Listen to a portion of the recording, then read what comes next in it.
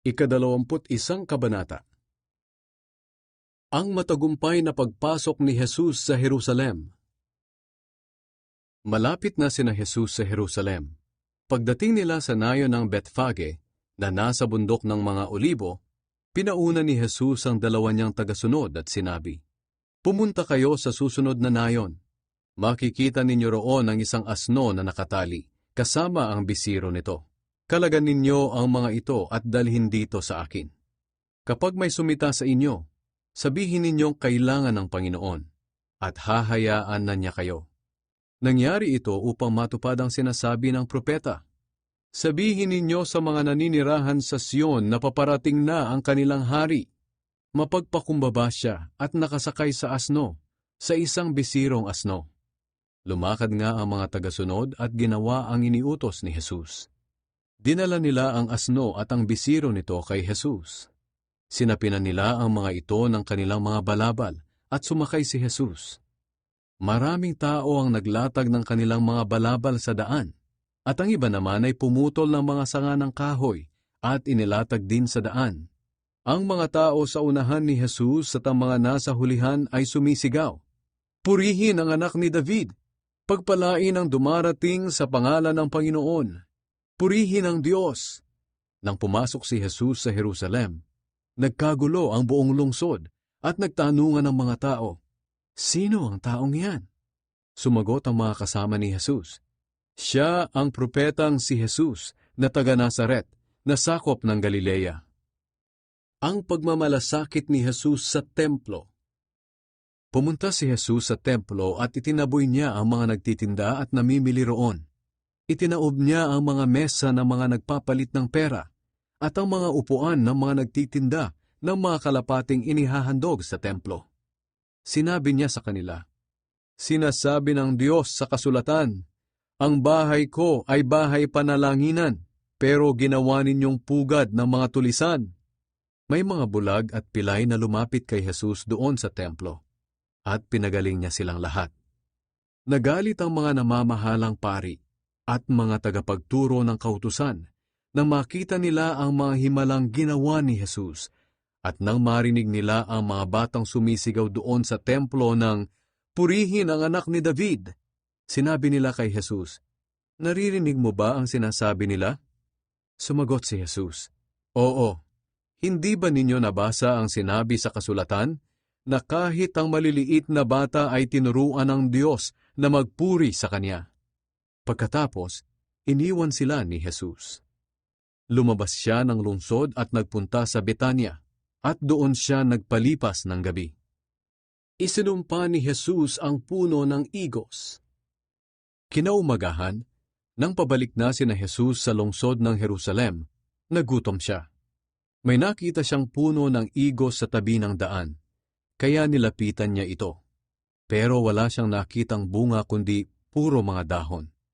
Kaya sinabi niya sa puno, "Hindi ka na mamumunga pang muli," at agad na natuyo ang puno.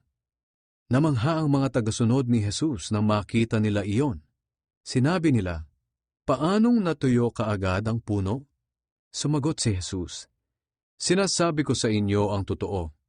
Kung may pananampalataya kayo at walang pag-aalinlangan, magagawa rin ninyo ang ginawa ko sa puno ng igos. At hindi lang iyan. Maaari rin ninyong sabihin sa bundok, 'Lumipat ka sa dagat,' at lilipat nga ito. Anumang hilingin ninyo sa Diyos sa panalangin, ay matatanggap ninyo, kung sumasampalataya kayo." Ang tanong tungkol sa awtoridad ni Jesus. Bumalik sa templo si Jesus, at habang nagtuturo siya, nilapitan siya ng mga namamahalang pari at ng mga pinuno ng mga Hudyo, at tinanong, "Ano ang awtoridad mong gumawa ng mga bagay na ginagawa mo? Sino ang nagbigay sa iyo ng awtoridad na iyan?" Sumagot si Jesus, "Tatanungin ko rin kayo, at kapag sinagot ninyo, sasabihin ko kung ano ang awtoridad ko na gumawa ng mga bagay na ito. Kanino galing ang awtoridad ni Juan para magbautismo? Sa Diyos o sa tao?" Nag-usap-usap sila. Kung sasabihin nating mula sa Diyos, sasabihin niya, "Bakit hindi kayo naniwala kay Juan?" Pero kung sasabihin nating mula sa tao, Magagalit sa atin ang mga tao dahil naniniwala silang si Juan ay propeta ng Diyos. Kaya sumagot sila, "Hindi namin alam." At sinabi ni Jesus sa kanila, "Kung ganoon, hindi ko rin sasabihin sa inyo kung saan nagmula ang autoridad ko na gumawa ng mga bagay na ito." Ang talinghaga tungkol sa dalawang anak.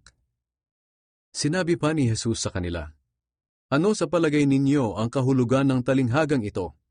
May isang tao na may dalawang anak na lalaki. Lumapit siya sa panganay at sinabi, 'Anak, pumunta ka ngayon sa ating ubasan at magtrabaho.' Sumagot siya, 'Ayaw ko po.' Pero maya-maya ay nagbago ang isip niya at pumunta rin. Lumapit din ang ama sa bunso at ganoon din ang sinabi. Sumagot ang bunso, 'Opo, pero hindi naman siya pumunta.'